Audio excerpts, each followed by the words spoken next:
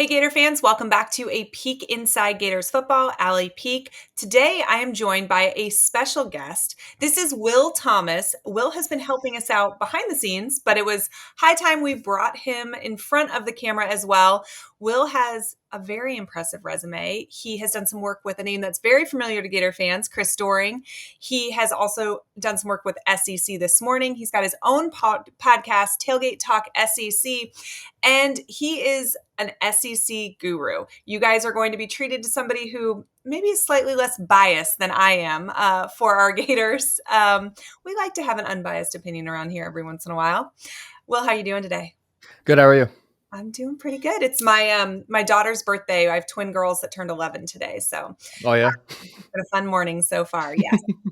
Okay, so when I ask you these questions, I want you to take kind of a 30,000-foot view and compare Florida to the rest of the SEC. I really want to know how you think we stack up. I'm going to kind of talk position groups first. Let's go offense. Everybody wants to talk about the quarterbacks. How do you think Florida's not only starting quarterback in DJ Lagway, but quarterback room in general stacks up against the rest of the conference? Yeah, so I guess I'll start behind Lagway, honestly. It seems like there's a lot of positive buzz about their backups. You have Tramel Jones coming in as a freshman, and Aiden Warner is a name that people are more familiar with. He played a little bit last year. It seems like there's a quarterback battle for spots 2 and 3, really. And almost they brought in Harrison Bailey as a veteran presence also. Like that QB2 spot is actually surprisingly crowded, which honestly for Florida is probably a good news because Lagway doesn't have the best reputation for being able to play every snap of every game. So having a reliable number 2 guy is pretty important. But then moving on to Lagway, I've really only got Lenore Sellers ahead of him in my quarterback rankings this year. And really my main reason is kind of what I just said about feels like I can trust Sellers to stay healthy a little more than I can DJ. Yeah. And comparing them both just game-wise, I like Sellers as a more explosive player on the ground, but DJ's got a way better deep ball, way more explosive in the air. I mean, Lagway just has unlimited upside and can really lead a program to anywhere physically possible. And he pretty much pulled Florida out of the grave last year. And you can probably credit him with saving Napier's job and really getting all the optimism ready for this year. So I think Lagway is the second best quarterback in the country, but he can easily be that number 1 guy if he's able to stay on the field for all 12 games.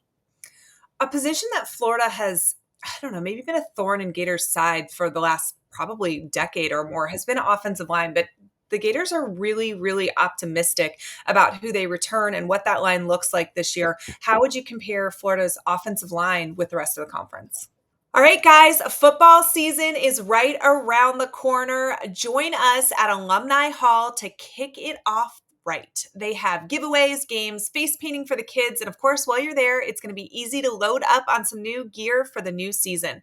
They have it all. Gator gear for all ages of the family, hats, tailgating gear, every brand that you're obsessed with. It is all there. So make sure you head to Alumni Hall on Archer this Saturday from 11 a.m. to 1 p.m. to kick off the season in Gator style. Alumni is your ultimate Gator shopping experience. Yeah, the Gators O-line should be one of, if not the best in the conference. You obviously have Jake Slaughter at center, All-American guy. Austin Barber at tackle is someone who's getting slightly looked over just because Slaughter's at center, but he's also a really good player. You have Nijay Harris and Damian George who are back playing guards for you. And Damian George was transferred from Alabama. If you go back and look at what Saban said about George, he had no idea why Damian wasn't on the field for Bama as a freshman. Yeah. Saban gave this guy really high praise, so he's an absolute baller. Bryce Levitt's also at tackle. And one thing I was really impressed by looking through Florida's depth chart, really, their depth at O-line is pretty strong. You have Fletcher Westfall who can back up at offensive tackle. He was a blue chip guy. Yeah. And then Cameron Race and Devin Manuel are both redshirt seniors, so you get experience coming off the bench if you need it. Florida's O-line is not only one of the most talented, but I think they have a lot of quality depth there, which is going to really set up their whole offense, both passing and running the ball, to be really successful. Speaking of running the ball, another room that Florida's really pretty confident in is their running backs room. This is just like a stable of athletes, each one better than the next, truly. Getting enough playing time for everybody is kind of the problem. How do they stack up? I have them at the 3rd best room in the conference, really just behind Texas and Texas A&M. Jaden Ball, in my opinion, is easily a 1,500-plus yard guy. if he's the only running back in the system. But the problem for him, and the good thing for Gator fans, is that he's not, because Lapeer loves to rotate his back so it'll keep ball fresh and keep him healthy.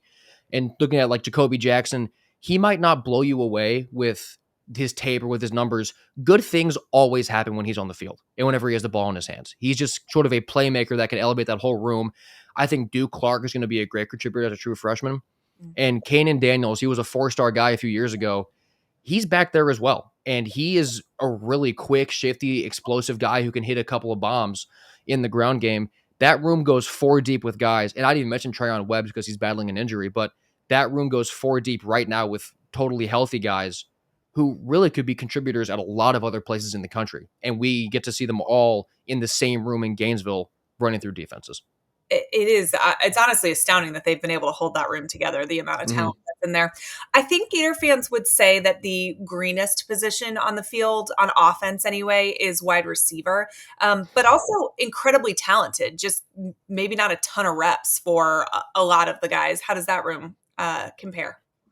I had a really hard time sort of ranking all these receiver rooms in the conference. I put LSU at number one, but then I Mhm. kind of have Florida in that second tier with Bama, Auburn, and Texas, because Trey Wilson is not getting enough respect right now in the offseason because he only got to play in 4 games last year. And in those 4 games he played, it was before Lagway came in as the full starter. The offense was a little lackluster. The whole team was kind of down.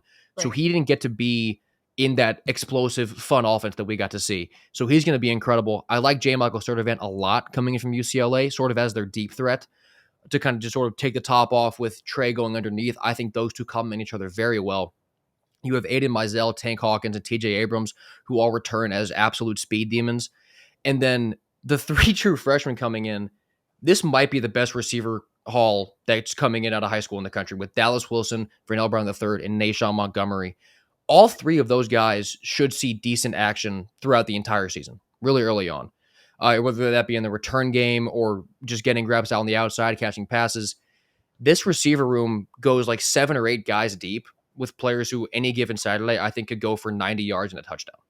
Like Yeah. it's an unbelievable amount of talent in that one room, and having such a good quarterback to throw to him, having such a good O-line to help protect, that room should put up a lot of numbers this year. I'm so interested to see some of these younger guys who are, I mean, just absolute studs, just don't have the experience yet. And so, Mm-hmm. that's the only hesitation there. And they'll obviously that experience will come. Let's switch sides to the other side of the ball. Florida's front seven has gotten a lot of praise, and I really think came on strong the second half of the season last year. I know Gator fans look for that to continue. Probably one of the best defensive lines in the conference, though, right?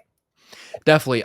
They're up there, probably a little bit below Texas and Georgia, just because of how much literally physical size they have and how nasty those players are. But I mean, when you have Tyreek Sapp and Caleb Banks on the same defensive line, both in a money year for the NFL, like those guys are going to be going crazy. They're going to be producing a whole lot, wreaking havoc for quarterbacks.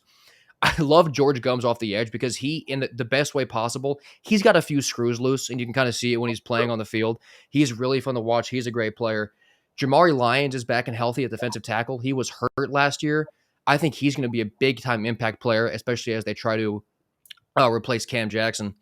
And some of the younger guys, Cameron James, I think is in a good spot to really make an impact this year.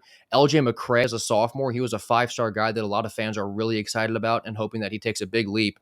And people out of Gainesville cannot stop talking about Jaden Woods, the true freshman coming off the edge. He should be a contributor pretty early on. Having him behind Sapp to keep Sapp fresh, and you bring in this guy who's apparently going to be just as good, if not better, than Tyreek Sapp. That D line has the potential to be incredible. I just have them ranked a little lower because of Jamari Lyons didn't play last year. We'll see how he is. A lot of young guys, but that D line has a couple of dogs on it that I think are going to make life horrible for some offenses. The room that I personally, I think, am the most comfortable with on the defensive side of the ball would be the linebackers. I think there's so much talent. They just quietly do their job. Excited to see the growth that happened from some of these guys from year one to year two. I want to see Miles Graham. I want to see Pup Howard. How confident are you in the linebacker room? I'm definitely confident in the talent, but it's really dependent on who takes that next step because replacing Shamar James is hard. Yeah. And that'll be Miles Graham's job. Now, I mean, Graham is obviously an incredible athlete. He showed flashes of what he can do on the field last year. And Mhm. all the buzz coming out of Gainesville, like he's taking that step. Like they're totally comfortable with him being that new quarterback of the defense. So I'm very confident in Graham stepping in for Shamar. You mentioned Pup Howard. I want to see what Aaron Childs can do this year. He should still be sort of a not a rotational piece, but he probably won't be the guy at least early on. But I can't wait to see what he does. And Ty Jackson, another true freshman. Florida's got a couple of true freshmen on this defense that I think could really make an impact early. And Jackson's one of those guys who I think could rotate in with that linebacker room and really make some noise. Aaron Childs is definitely one that I feel like out of camp we've heard some positive things and just over Mm-hmm. the summer his growth. We mentioned that wide receiver was probably the greenest room on the offensive side of the ball. I think the same can be said for DBs on the defensive side of the ball. And not only some youth there, but maybe not quite as much depth as we would like. Mm-hmm. How do they stack up with the rest of the conference? They're definitely probably in that sort of middle ground, at least for right now on paper. Obviously, they have the talent profile, I think, where they could easily elevate that. But you get Dijon Johnson back, who's a solid corner. The guy I'm looking at is Cormani McLean. I think he could have a massive year this year. I mean, you look at all these camp videos, I think he's put on 30 pounds of muscle, is almost what it looks like. He looks huge, and he made a lot of noise when he got his reps in last year, especially in that Kentucky game. His very first snap was that pick six. You get Aaron Gates coming back from an ACL injury. He seems to be way ahead of the perceived timeline when he got hurt. Like, he might be ready for week one. I can't imagine they play him just because they're playing against LIU, but he looks pretty healthy. And then Ben Hanks, another freshman. I can't stop talking about freshmen on the defensive side, but he's making a lot of noise in camp. And then looking at the safeties, Jordan Castell, freshman year, he showed a lot of what he can do. Last year, it seemed like he left some to be desired on the field. So if he can get back to his freshman year sort of physicality and electricity, he can be a great guy in the back end. Bryce Thornton made some noise last year. I want to see him continue to develop. And then two more freshmen, because why not? Drake Stubbs and Lagonza Hayward. They were really excited about getting Hayward late last year in the recruiting cycle. They beat Tennessee out for him. I think he could push for reps pretty early. Drake Stubbs, another high-profile guy. So you're definitely right. It's a lot of not super proven guys. I mean, Dijon Johnson is probably the guy you can rely on the most from an experience standpoint. We Yeah. saw Aaron Gates make a ton of plays. There's no reason to believe he can't do it. But the talent profile is there, and the names are there. You just kind of have to see that all come together. And they'll get a chance early on when they play LSU in week 3 to really show that they can be a good unit. But that'll be a big-time early tester for that room for sure. Um, the third aspect, obviously, of college or of football is special teams, and you don't know me that well, but special teams are my absolute favorite unit always. And I think that on paper, you look at Trey Smack and Tommy Doman, and Rocco Underwood, and like those positions are incredibly solid. But special teams is so much more than just your kicker, your punter, your long snapper. And Florida needs, I think they turned last year special teams from a liability to at least, a solid unit. I think this Mhm. year would be really awesome to see them take a step and make it a weapon. Where does Florida special teams rank among those in the SEC? It's pretty hard to rank special teams. I mean, obviously Trey Smack is a pretty good kicker. I mean, he's a great kicker. We saw it 2 years ago when he came into that game against South Carolina. No one knew who he was, and he couldn't stop making 50-yard field goals. Yeah. So I got a lot of faith in Trey Smack. Tommy Doman's an experienced guy coming in from Michigan, like you said. Rocco Underwood's a name that's been in Gainesville for a while. He's a fan favorite. Mhm. And the return game, I think, has the potential to be Florida probably ranks very highly for me in the return game. You look at some of their young guys, like I mentioned, Vernell Brown, Nashawn Montgomery, they're kind of contending for punt and kick return reps. Jaden Ball is allegedly in the kick return game a little bit also. And then you also have guys like Aiden Mizell, Tank Hawkins. Like if someone's banged up, just put one of those guys back there. They can run by everybody. So I think in the return game, Florida could be incredibly dangerous because of the profile of athlete they have back there. And like you brought up, I mean, they definitely, as a whole, Florida's special teams unit did take a step last year. But Mhm. go back to that Georgia game. When that game was tied, they just totally muffed a field goal attempt to snap it right by the guy. So it's those kinds of mistakes you still want to have cleaned up. Yeah. But we saw that step from 23 to 24 in terms of sort of eliminating those mistakes and being more sharp. This last year to this year, we need to see that, like you said, become a weapon and become totally eradicated, because Florida will put themselves in spots to win these games. But if they drop a punt or if the field goal happens again, that can be the difference between a win and a loss in a big time spot. But I do think, especially return games, Florida should be awesome. And with all the experience they have with their kickers, their snappers, their holders, they should be totally fine. you know that if you block a punt or a kick in a game, you have a 90% chance of winning that game, which is Yeah. absolutely wild, which also, of course, means the inverse is true, right? Right. If you have one blocked, there's a All of great a sudden.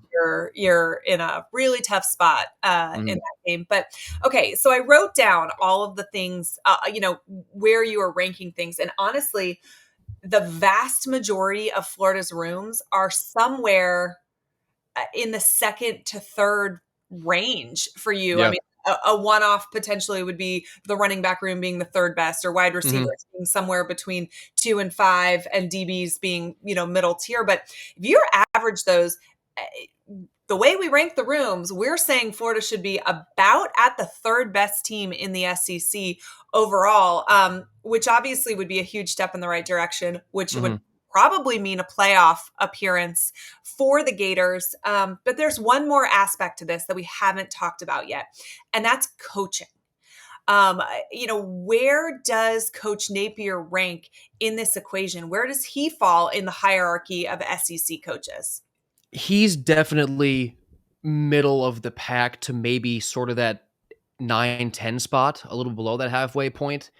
The biggest critique for him has obviously been play calling through the past 2 years, and it seems like that got a little better last year. Um, Obviously, you look at his talent acquisition; it's incredible. Like we just said, I mean, all their position rooms are incredibly high, and it's impossible to not like Napier when you hear him talk. It's impossible not to.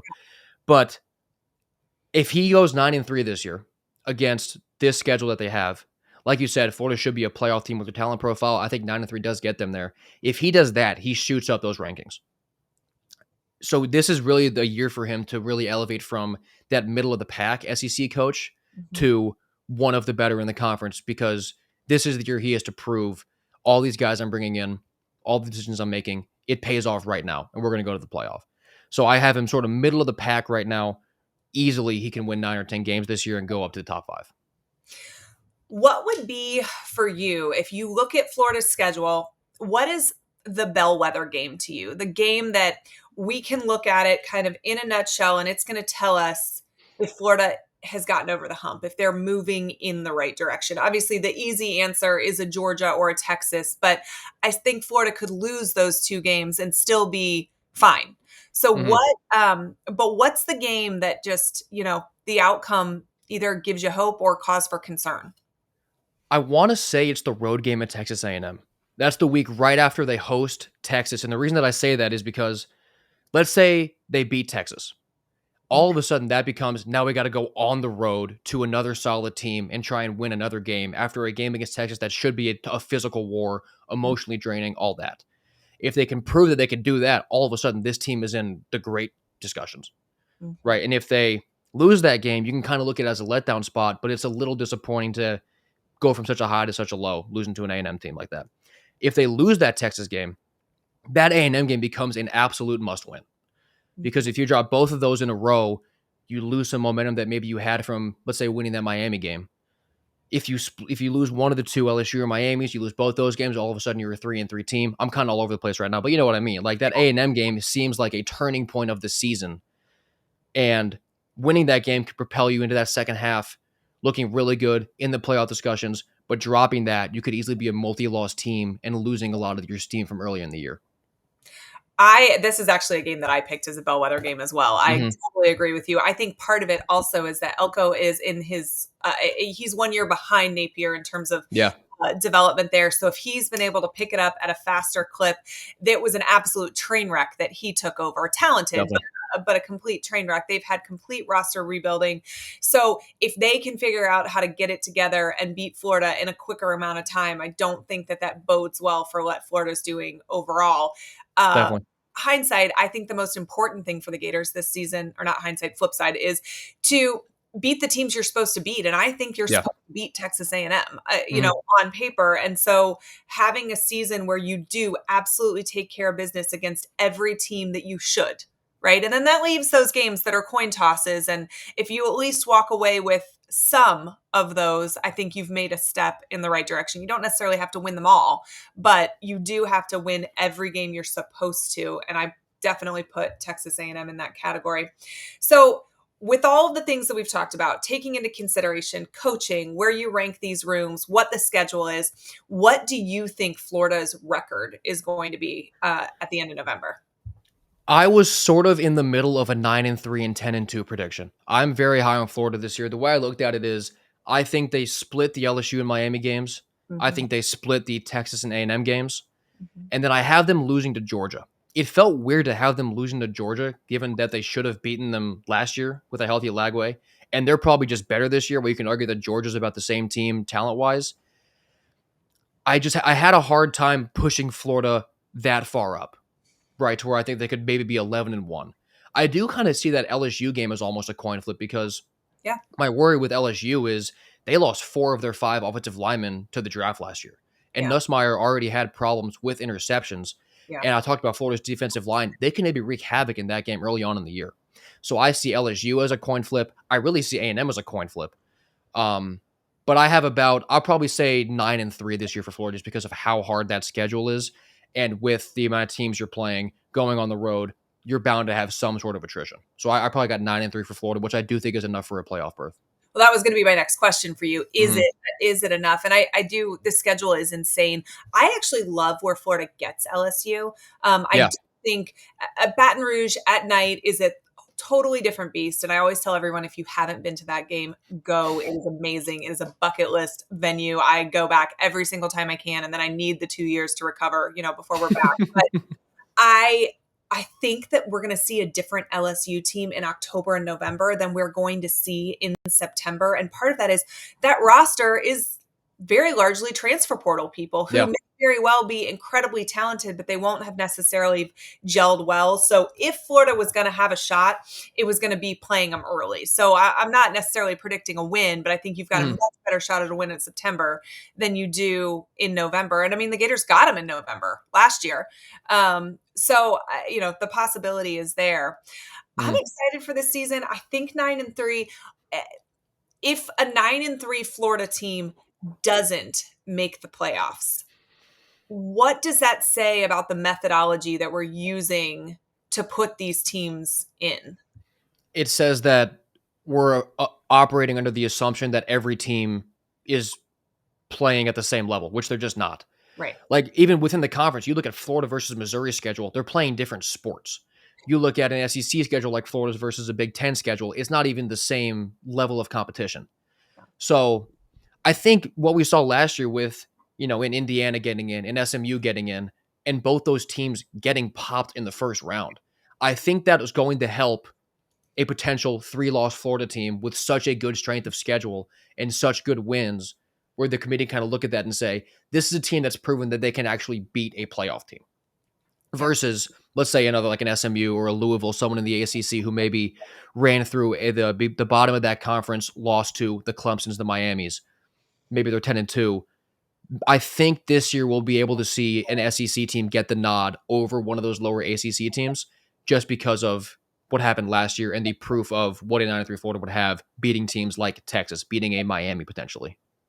I am so intrigued to see if Florida beats Miami, but somehow Miami goes 11-1 and Hmm. Florida's sitting at 9-3. And if there's any sort of, controversy there. I think another thing that I always think about is, there's so much pressure for the SEC to go to a 9-game schedule.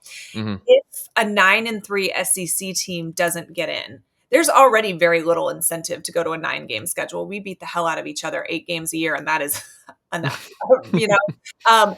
But do you think that's something the committee thinks about at all? Like, if college football in general is trying to urge the SEC to go to 9, you're not doing yourselves any favors by not really taking strength of schedule into consideration. Right. I mean, I think you said it perfectly. Like, these teams are already playing some of the hardest schedules in the country. And so people want to say that, oh, they're just fluffing up the SEC's rankings to make it that way. They're really not. If you just watch the tape, I mean, Arkansas versus Kentucky is nowhere near, or sorry, like a Northwestern versus Maryland will be nowhere near an Arkansas versus Kentucky matchup. Right. Even though maybe those teams are seated equally in the conferences, they're playing at a different level of football. Yeah. I mean, And all you have to do is watch the games to see that. take Arkansas and put them in the ACC or, whatever. Yeah. And there's a completely different Yeah. out. Put Talon Green in the ACC and see if he doesn't dominate that conference. Right. I completely agree. Well, this has been fun. Will, tell everybody where they can find you on social media and listen to your work. Yeah, so I'm on Twitter at W Thomas Sports. I got a podcast at Tailgate Talk SEC. Really just trying to grow myself. Just started doing this a few months ago, and I'm having a lot of fun doing it. And it's awesome to be on shows like this with Allie and just kind of keep meeting new people and keep getting new experience. All right. Well, I appreciate it. This was fun. We'll have to do it again soon. Great, thanks.